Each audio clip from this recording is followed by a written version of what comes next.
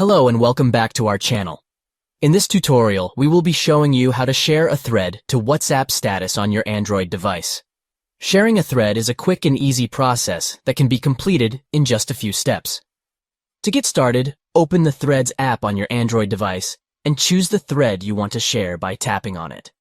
Once you're on the thread, tap on the share icon located below the thread.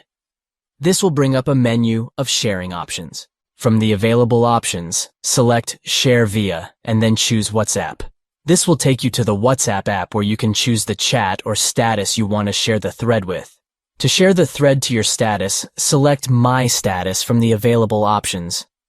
By sharing a thread to your WhatsApp status, you can keep your friends and family up to date on your conversations, share important information or updates with a large group of people, and start a conversation with your contacts. It's important to note that sharing a thread to WhatsApp status is only available for threads that are not encrypted. If you're sharing a thread with end-to-end encryption, you won't be able to share it to your WhatsApp status.